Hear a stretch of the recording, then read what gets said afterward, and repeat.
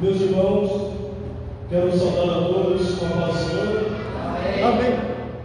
Todos vocês que trouxeram as Sagradas Escrituras, quero pedir, por favor, que você abra o Evangelho de Jesus Cristo, segundo o relato de Marcos. Glória a Deus, aleluia. Evangelho de Jesus Cristo, segundo o relato de Marcos. Muito importante que você abra sua Bíblia, pois nós vamos fazer a exposição dos textos para melhor compreensão, para caminharmos juntos. Eu gostaria que você analisasse comigo versículo por versículo. Marcos, capítulo número 12, nós vamos ler o versículo número 41 ao 44. Som. Glória a Deus. Amém? Todos encontraram? Evangelho do Senhor Jesus Cristo, segundo o relato de Marcos, seu capítulo número 12, a partir do versículo número 41. A oferta da viúva pobre.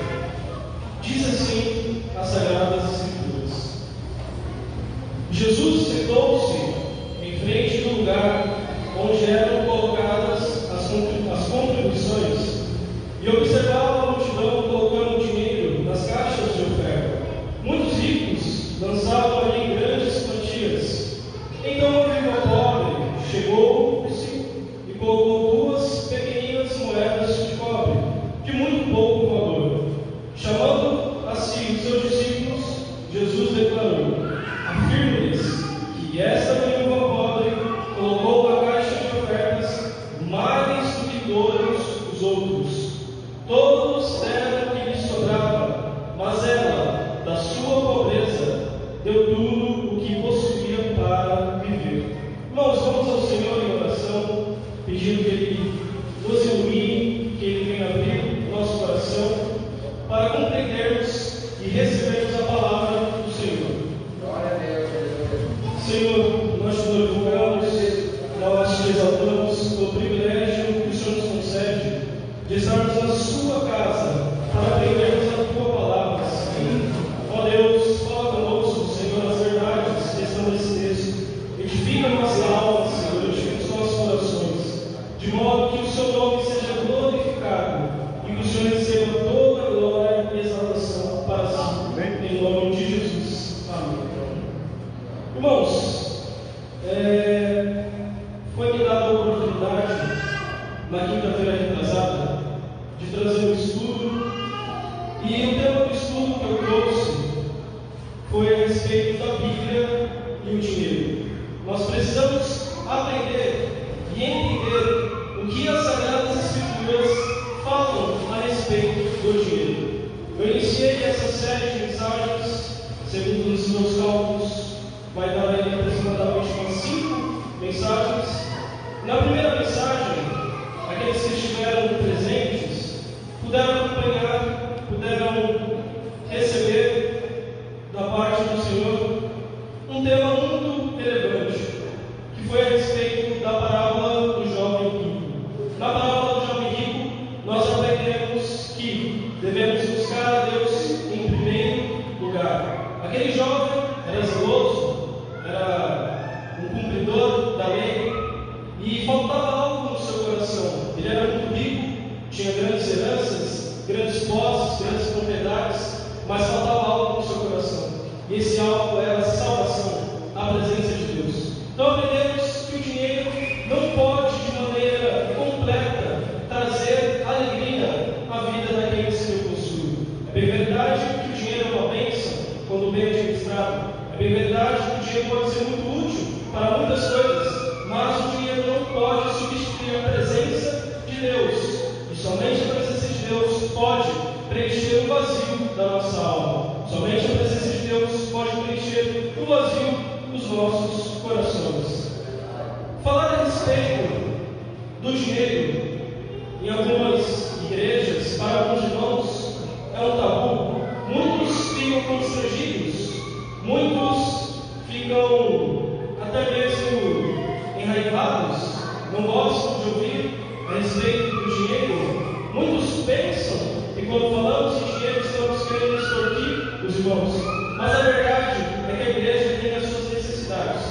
Irmãos, nós vamos estudar durante essa série de sermões, vamos ver princípios bíblicos para prosperar, princípios bíblicos para administrar o dinheiro, e vamos ver, concluindo também, que o dinheiro ele é uma bênção. De antemão, já quero concluir aqui que o dinheiro ele é uma bênção. O dinheiro ele não é uma maldição. O dinheiro ele não é algo ruim, algo errado, não. O dinheiro ele é uma bênção. Mas a Bíblia diz que o amor ao dinheiro é a raiz de todo mal. Pelo amor ao dinheiro as pessoas se matam. Pelo amor ao dinheiro as pessoas traem umas às outras. Pelo amor ao dinheiro as pessoas se corrompem. E se vamos ver, o dinheiro está inteiramente ligado em nossas vidas. Tudo que fazemos envolve dinheiro. Vamos pegar ônibus, metrô, gasolina no carro, roupas, comida, água, tudo envolve o dinheiro. E é muito importante que a gente venha aprender como administrar as nossas finanças, como administrar o nosso dinheiro. Eu creio que todo cristão que foi salvo, que foi regenerado pela vontade de Deus, pela graça soberana, pelo Espírito Santo, todo cristão que foi alcançado por essa graça salvífica, ele deve possuir ou deve andar segundo a vontade de Deus. Em Filipenses, capítulo 2, versículo número 5, vai nos dizer, o apóstolo Paulo escrevendo vai dizer: tenham entre vocês o mesmo modo de pensar de Cristo Jesus. Ora, se nós somos verdadeiros cristãos, devemos ter a mesma mente do Senhor Jesus Cristo. Devemos buscar, devemos ansear ter a mesma mentalidade, os mesmos pensamentos, as mesmas atitudes que o Senhor Jesus Cristo. Aí o apóstolo Paulo, escrevendo a sua carta aos Romanos, capítulo 12, versículo número 2, ele vai dizer: e não vivam conforme os padrões deste mundo, mas deixe que Deus os transforme pela renovação da mente, para que possam experimentar qual é a boa, agradável e perfeita vontade de Deus.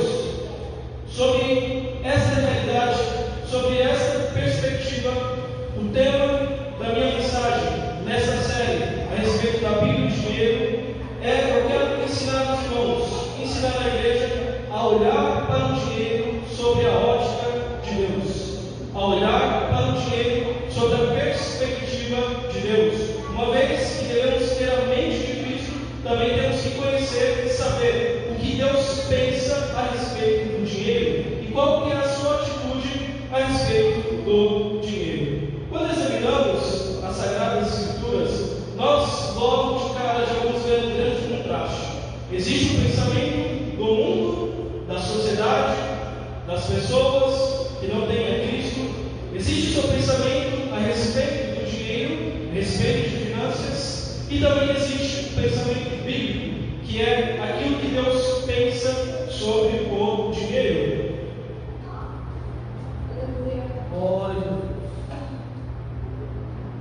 Nós vamos ver esse grande contraste. Eu quero trazer aqui alguns exemplos a título de introdução do nosso tema. O mundo diz que quem tem dinheiro é bem sucedido, mas Deus vai dizer em Marcos capítulo 8, versículo número 36: porque o que aproveitará o homem se ganhar o mundo inteiro e perder a sua alma? O mundo diz que o dinheiro traz segurança, mas Deus vai nos dizer em 1 Timóteo capítulo 6, versículo 17: ordene aos que são ricos no presente mundo que não sejam arrogantes, nem ponham a esperança na incerteza da riqueza, mas ponham a sua esperança em Deus.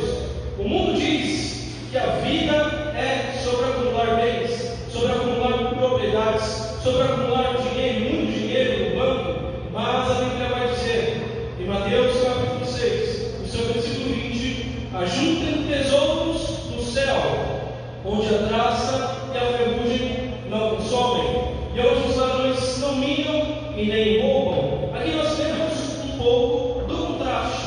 O mundo caminha para um lado, o mundo pensa de um jeito, mas Deus pensa totalmente diferente.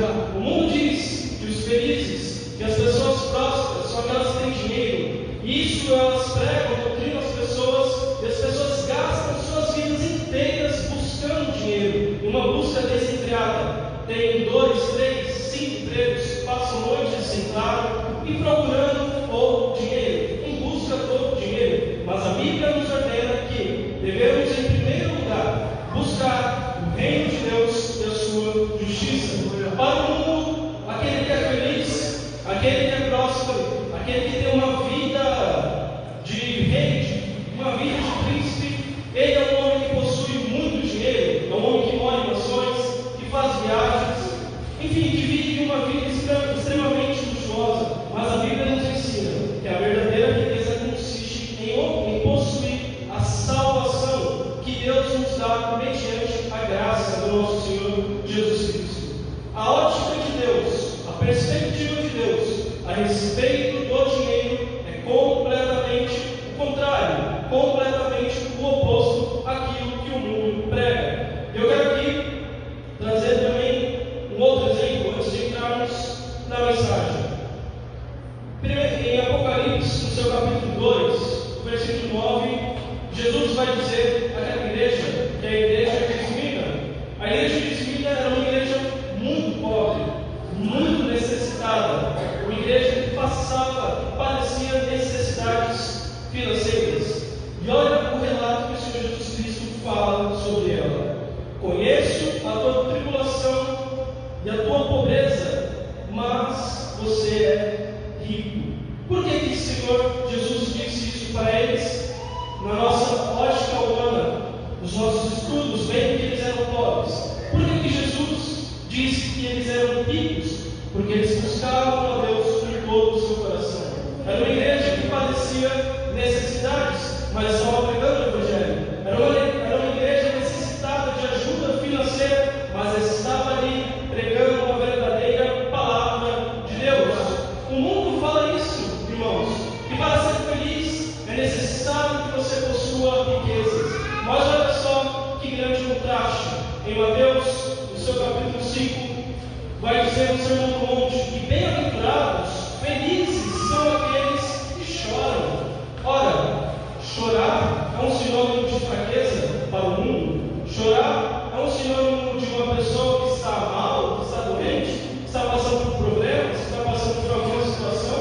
O feliz, o rico, segundo o mundo, é aquele que é muito feliz, aquele que gasta, que esbanja os seus luxos, que investe em carros, em mansões, em viagens. Mas Jesus disse que aquele que é feliz, que é bem-aventurado o homem que chora. Esse choro, meus amados irmãos, não é um choro físico propriamente dito, não é um choro porque o Corinthians perdeu uma partida, não é um choro por causa de uma novela mexicana, não é um choro, nem mesmo pela morte de um ente querido. Jesus está falando que o que chora, aquele que chora, ele é bem-aventurado quando ele chora pelo quebrantamento da sua alma. Ele se entristece porque ele não consegue ser o cristão que ele almeja ser. Ele se entristece porque ainda seguindo a Cristo, ele é um pecador. Mas Jesus disse que este é feliz, que este é mais do que feliz. Então a ótica, a perspectiva de Deus a respeito do dinheiro, a respeito das finanças, é completamente diferente da perspectiva do mundo. E sobre essa perspectiva, sobre essa ótica de Deus, é que eu quero convidá-los a entrarmos no texto, sabendo que Deus, ele tem um pensamento, e esse pensamento está revelado nas Escrituras, completamente diferente do mundo. Nós, como cristãos, não podemos desprezar aquilo que Deus pensa. Muitos cristãos se perdem no meio da caminhada porque não estudaram ou não meditaram a respeito do que Deus pensa sobre o dinheiro. Muitos cristãos começaram bem a sua jornada, começaram bem os seus ministérios, começaram bem a sua carreira, mas em algum momento se deixou levar por conta da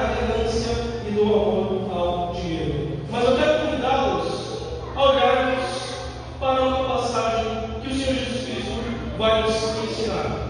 E essa passagem está ali revelada completamente a ótica de Deus, a perspectiva de Deus, o pensamento de Deus, a pregação de Deus a respeito do dinheiro. E essa passagem se encontra, foi a passagem justamente que nós lemos sobre a oferta da viúva pobre. Eu quero convidá-los, irmãos, vamos olhar novamente para o versículo número 41 e 42. Diz assim: Jesus sentou-se em frente do lugar onde eram colocadas as contribuições. Observava a multidão colocando dinheiro nas caixas de ofertas. Muitos ricos lançavam ali grandes quantias. Então o viúva pobre chegou-se e colocou 2 pequenas moedas de cobre, de muito pouco valor. Em outras traduções vai dizer de pouquíssimo valor, dando ênfase ao valor que ela colocou. Nessa passagem, meus irmãos, Jesus ele está em Jerusalém. Ele está caminhando para os seus últimos dias de vida. Nos capítulos anteriores, ele prega a respeito contra os fariseus, contra os saduceus, e existe ali uma grande discussão. E Jesus ele continua seguindo, pregando, fazendo milagres. Era a época da Páscoa, então o templo de Jerusalém estava muito cheio, a cidade estava completamente lotada. E Jesus, a Bíblia vai dizer que Jesus ele se assenta perto do templo, se assenta no templo, perto da caixa de ofertas. E Jesus ele começa a observar as pessoas dando as suas ofertas. Normalmente, como era a época da Páscoa, estimamos que muitas pessoas estavam ali entregando as suas ofertas. E Jesus destaca uma classe. Jesus destaca a classe dos ricos. Os ricos depositavam grandes quantias em dinheiro, grandes quantias. Ou seja, talvez no olhar humano eles se destacavam, se diferenciavam pelas grandes quantidades de ouro e prata que eles depositavam ali na caixa de ofertas. Mas Jesus, diante de toda a multidão, diante de toda a riqueza, sob a perspectiva de Deus a respeito dessa temática, ele avista uma viúva. E essa viúva não é uma simples viúva. Essa viúva vai dizer a Bíblia que ela era uma mulher pobre, uma mulher muito pobre, tão pobre que no versículo 42 ela depositou ali 2 pequeninas moedas de pouquíssimo valor. Essas moedas, meus irmãos, na época dos judeus, naquela época, naquele momento, essas moedas se chamavam leptos, ou moedas de cobre. Eram moedas de menor valor para os judeus. Ou seja, é como se fossem os nossos centavos que nós temos. Imagine um momento ali, a cena. Imagine comigo. Os ricos ali, vamos usar a nossa moeda real. Imagine os ricos depositando grandes quantias. 10 mil reais, 50 mil reais, 60 mil reais, 100 mil, 1 milhão. Uma grande quantia. Uma quantia que mudaria a igreja. Uma quantia que mudaria o tempo. Poderia, se quisesse, reformar o tempo. E agora imagine conosco. Imagine comigo que diante dessa quantia, o contador ele olha ali 100 milhões, 10 milhões, 20 milhões, 100 mil, 50 mil, 10 mil. E nessa contagem ele vê ali um valor muito pequeno. Vamos trazer no nosso dia. Trazendo no nosso dia esse valor era equivalente a 28 centavos. Certamente o contador, dali do tempo, olhando aquilo, ele iria menosprezar. Ele iria pensar: nossa, o que é essa quantia? É insignificante para o nosso tempo, é insignificante para as nossas contas. O que é 28 centavos perto de 10 mil reais? É insignificante. O que são 28 centavos perto de 100 milhões de reais? Completamente insignificante.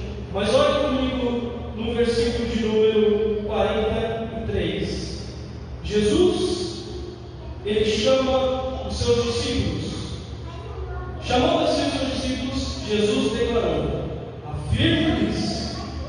esta viúva pobre colocou na caixa de ofertas mais do que todos os outros. Que loucura é essa? Vamos olhar na perspectiva humana. Que loucura é essa? Nós temos aqui uma oferta de 10 milhões e aqui uma oferta de 28 centavos. Como que Jesus pode falar que essa oferta de 28 centavos foi mais valiosa do que a oferta de 10 mil e 100 milhões? Que loucura é essa que Jesus está falando? Talvez os seus discípulos poderiam até, vamos aqui imaginar, que pudessem ter taxado Jesus de louco. Qualquer um, irmãos, na verdade, que ouvisse essa história, falaria: isso é uma loucura. O que é 10 mil, 100 milhões, perto de uma oferta de 28 centavos? É completamente insignificante, não vale nada. Era melhor até devolver para a mulher, ela deve estar precisando mais do que nós. De fato, ela estava precisando mais do que nós. Vamos olhar aqui um pouco o contexto da viúva. A Bíblia diz que ela era uma viúva, e uma viúva muito pobre. As mulheres naquela época, na época de Jesus, elas dependiam totalmente do seu esposo, do seu marido. As mulheres não tinham hábito, não tinham a cultura de trabalhar, então elas dependiam do sustento, da provisão financeira dos seus maridos. Porém, essa mulher era uma viúva, ou seja, o seu marido morreu. E a Bíblia não relata que ela tinha filhos, apenas diz que ela era uma viúva. E essa viúva, irmãos, imagine o estado dela na sociedade. Ela não conseguia emprego, não podia trabalhar, porque não havia emprego para a mulher. Ela não podia ter fonte de renda. Era uma mulher vulnerável, passando necessidade. Era uma mulher que estava ali na sua maior pobreza. Os fariseus, pela lei de Moisés, era a obrigação de que os sacerdotes sustentassem as viúvas e os órfãos, mas os fariseus, pela ganância, pelo amor ao dinheiro, deixavam de lado. Eles procuravam se parecer santos exteriormente, mas seu coração era como sepulcros caiados, como disse Jesus. Eles não se atentavam, não se observavam, não davam atenção a sustentar essas pessoas mais vulneráveis. Agora imagine essa mulher, ela perdeu sua fonte de renda, que era o seu marido, ela perdeu sua proteção financeira, que era seu esposo, ela perdeu absolutamente tudo. Era uma mulher vulnerável, financeiramente falando. Era uma mulher que dependia de doações, dependia de esmolas, dependia da oferta das pessoas para sobreviver. E olha aqui no seu versículo de número 44. Todos deram o que sobraram. Vamos ver aqui a parte B. Mas ela, de sua pobreza, deu tudo o que possuía para viver. Irmãos, essa mulher, ela já não tinha nada. Ela já era muito pobre. E ainda assim ela entregou tudo o que ela tinha. E o que ela tinha na perspectiva humana, nos olhos humanos, o que ela possuía, o que ela tinha, era insignificante, era sem valor, não tinha condições sequer de comprar um pão naquela época, muito menos uma água. O que faz com 28 centavos? Absolutamente nada. E essa mulher, ela entrega tudo o que ela tinha, na sua pobreza, ela entregou tudo o que ela tinha. E aí Jesus elogia essa mulher. Jesus exalta essa mulher. Por quê? Porque a perspectiva de Deus a respeito do dinheiro é completamente diferente da perspectiva do homem, completamente diferente da perspectiva da sociedade. Deus, Jesus, ele olha para a intenção do coração daquela mulher. Jesus não está interessado apenas na oferta que aquela mulher poderia dar. Não, Jesus ele está interessado na intenção, na motivação do coração daquela mulher. Em 1 Samuel, no seu capítulo 16, versículo número 17, o Senhor envia Samuel para escolher um rei. Ele vai até a casa de Jessé, pai de Davi, e ele olha ali o primeiro irmão de Davi, um homem alto, postura de rei, um grande guerreiro, forte, e ele fala: certamente é este que o Senhor escolheu como rei. Mas veja o que Deus fala. A perspectiva de Deus sempre é olhar a intenção do coração. E o Senhor disse para Samuel: o Senhor, contudo, disse a Samuel: não considere a aparência nem sua altura, pois eu o rejeitei. O Senhor não vê como o homem vê, pois o homem vê apenas a aparência, mas o Senhor vê o coração. Jesus olha para a intenção do coração. Talvez você possa ter um dízimo alto, ou alguém que está me ouvindo nas redes sociais pode ter um dízimo alto e entregar uma grande quantia. Talvez ele possa até pensar: olha, meu dízimo é muito grande, minha oferta é muito valiosa, eu tenho certeza que com a minha oferta a igreja vai pagar o seu aluguel, a igreja vai sobreviver, vai ser um pastor, eu sou muito rico.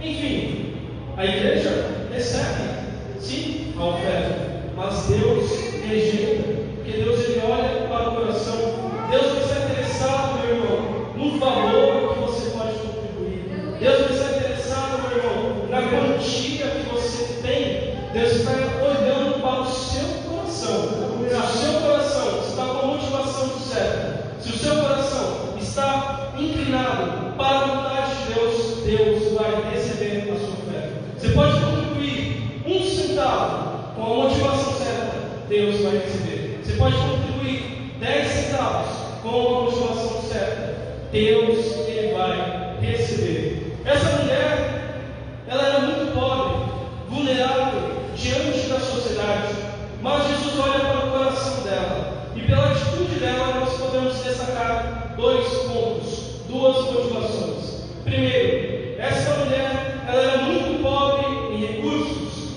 mas ela era extremamente rica em fé, rica em generosidade. Irmãos, pense comigo, se nós passássemos por grande dificuldade, ou melhor, vamos aplicar na realidade.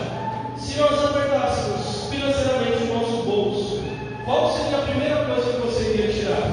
Seria tirar o seu dízimo, seria tirar a sua oferta. E não há nenhum problema em você confessar isso. Eu confesso que eu já fiz isso. Eu creio que alguns de vocês também já fizeram. Mas essa mulher, irmãos, ela mostra grande riqueza no seu coração. Essa mulher era pobre, mas ela era rica em fé, ela era rica em generosidade. Jesus olhou para o coração daquela mulher, embora ela fosse pobre, sobre a ótica humana, mas sobre a ótica de Jesus, ela era muito rica. Diante da sua pobreza, pela fé, ela deu tudo o que ela tinha, e o valor era completamente significante. Ela poderia ter se envergonhado de depositar ali 2 leptos, 2 pequeninas moedas, mas ela agiu com fé. Ela poderia ter juntado esse dinheiro para comprar algum alimento, poderia ter juntado na esperança de conseguir mais dinheiro, mais esmolas, para conseguir dinheiro, mas essa mulher mostra uma grande verdade que nós temos que aprender a viver pela fé. Romanos capítulo 1, versículo número 17 diz que o justo ele vive pela fé. 2 Coríntios capítulo 5, versículo 7 diz que nós vivemos por fé e não por aquilo que nós vemos. Aquela mulher, ela cumpriu a lei de Deus, ela amou a Deus também cumprindo a sua lei, e ela entrega tudo que ela tinha. Foi um ato de fé. Ela entregando tudo que ela tinha, ela depositou a sua fé totalmente em Deus, pois ela sabia que Deus poderia prover qualquer necessidade que ela viesse a ter. Ela sabia que Deus poderia trazer a provisão necessária. Por quê? Porque ela não dependia do dinheiro, não dependia de esmolas, não dependia de um governo, não. Ela dependia de Deus. Na sua pobreza, na sua insignificante moeda, ela entrega tudo o que ela tinha. Isso é um grande ensinamento para nós. Isso é algo muito rico, porque nós devemos viver pela fé. Nós, às vezes, depositamos a nossa confiança no nosso emprego, depositamos nossa confiança em empresa, depositamos nossa confiança no governo. As pessoas estão loucas, estão quebrando a cabeça porque o governo está gastando valor. Estamos vivendo uma crise econômica, isso é verdade. Estamos vivendo problemas econômicos, fiscais. Estamos pagando novos impostos, mas nós não dependemos de um Estado, não dependemos de um governo, não dependemos de um político. Nossa esperança, a nossa fé tem que estar em Deus, porque Deus provê todas as suas necessidades. Irmãos, nós não sabemos aqui mais a respeito da vida dessa mulher. Não sabemos se ela teve a proteção, mas confiando em Deus, sabendo que Deus nunca desampara os seus filhos, nós podemos também ter certeza que Ele proveu tudo na vida dessa mulher. Jesus examina a intenção do nosso coração. E na intenção, o que motivou essa mulher a entregar tudo o que tinha, como vemos, foi um ato de fé. E esse ato de fé também veio junto com um ato de generosidade. Ela poderia ter dado apenas uma parte, ter dado uma moeda, ter ficado com uma. Ela poderia ter feito isso. Olha, eu vou dar metade e aqui vou ficar metade para eu não ficar sem nada, para eu não ficar zerada. Eu vou entregar aqui e está tudo bem. Sobre a nossa ótica, estaria tudo bem. Eu creio que Deus também estaria tudo bem. Mas essa mulher, como prova da sua fé, ela nos mostra uma valiosa lição. E essa valiosa lição, que foi a fé que produziu nela a generosidade. Versículo 44, versículo 42 e 43, diz que ela entregou tudo. Não, na verdade, versículo 44, diz que ela entregou tudo que ela tinha, tudo. Um ato de fé que promoveu a generosidade. Bom, irmãos, aqui é outro ponto que nós precisamos aprender. Eu creio que todos nós desejamos uma vida próspera e não há nenhum mal nisso.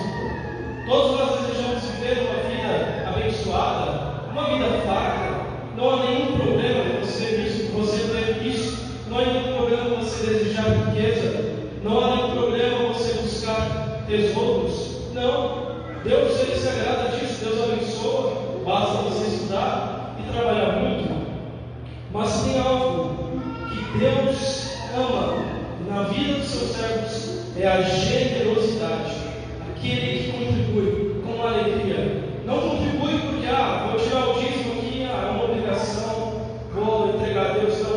Ele contribui com amor, contribui com alegria, esperando que Deus de fato cumpra aquilo que lhe prometeu em Malaquias 3:10, abrir as janelas dos céus. Irmãos, generosidade é um ato lindo que Deus aprecia.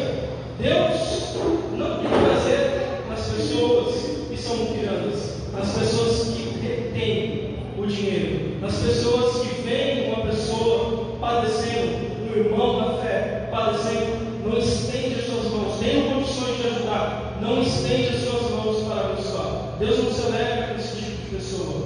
Deus se alegra com aqueles que têm generosidade no seu coração.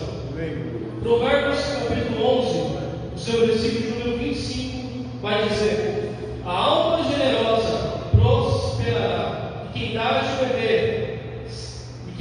a beber será.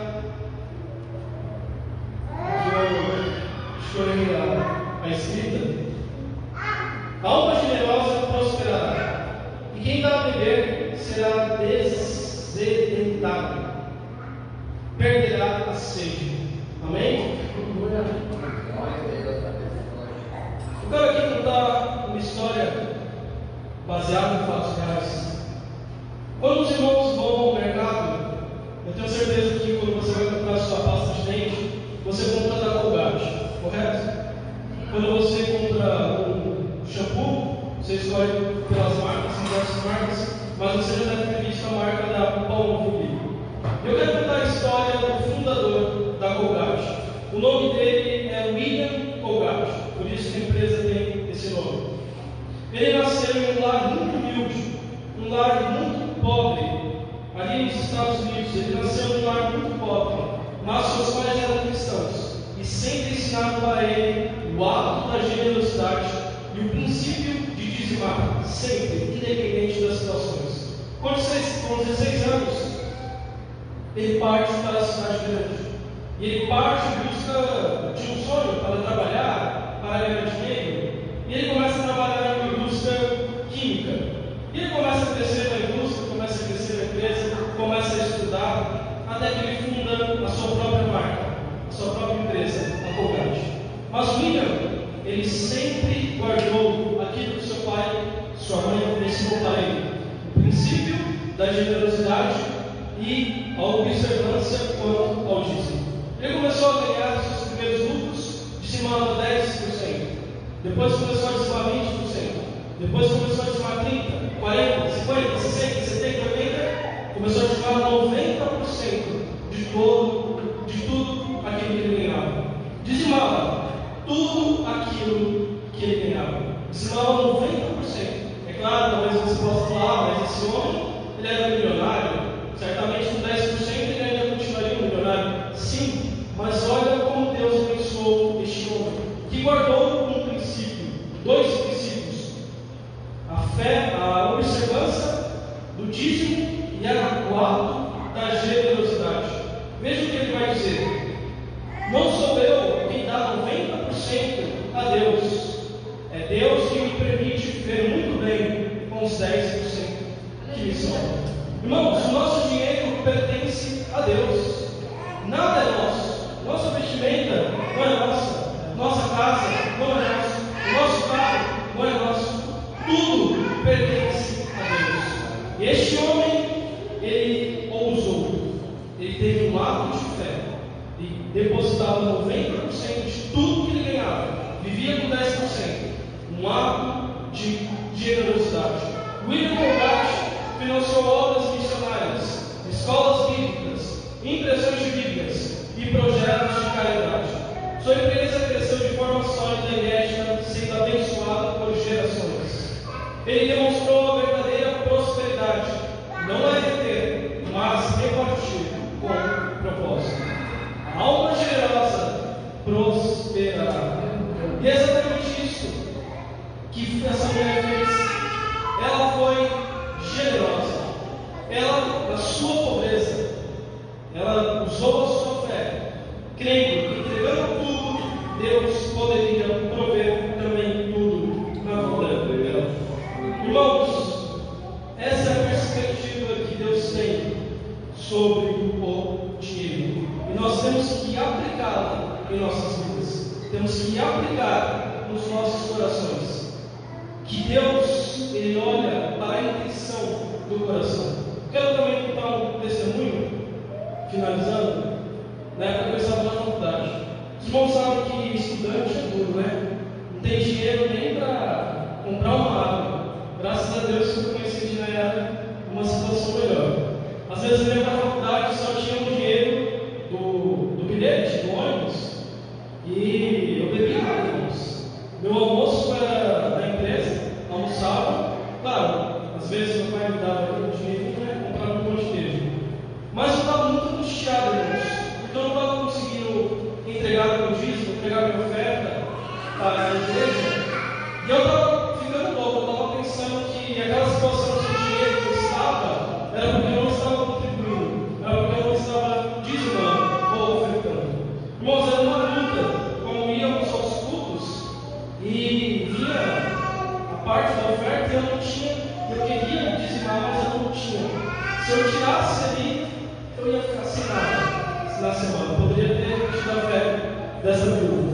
Então eu fui conversar com o meu líder da escola bíblica local e eu falei para ele: poxa, eu estou sem dinheiro, cara, queria ter vontade de dizimar, mas eu não consigo, se eu der, enfim. E ele falou algo que marcou o meu coração. Ele falou assim: Luiz, quanto você pode ofertar? É R$1? É R$2? R$3, R$5, ou menos que isso, 50 centavos. Entrega para Deus. Deus não está interessado no seu dinheiro. Deus está olhando para o seu coração. E é exatamente esse ensinamento que nós aprendemos. Deus está olhando para a intenção do nosso coração. Quais são as motivações quando abençoamos uma pessoa? Quais são as motivações do nosso coração quando entregamos o nosso dízimo?